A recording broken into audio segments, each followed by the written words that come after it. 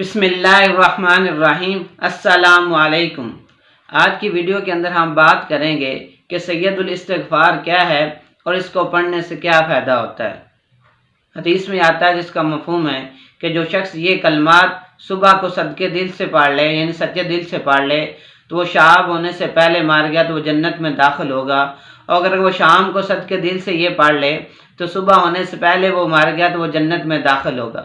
وہ کلمات یہ ہیں: اللہم انت رب لا الہ الا انت خلقتنی وانا عبدک وانا علی عہدک ووعدک ما استطعت اعوذ بک من شر ما صنعت ابوء لک بنعمتک علی وابوء بذنبی فاغفر لی فانہ لا یغفر الذنوب الا انت۔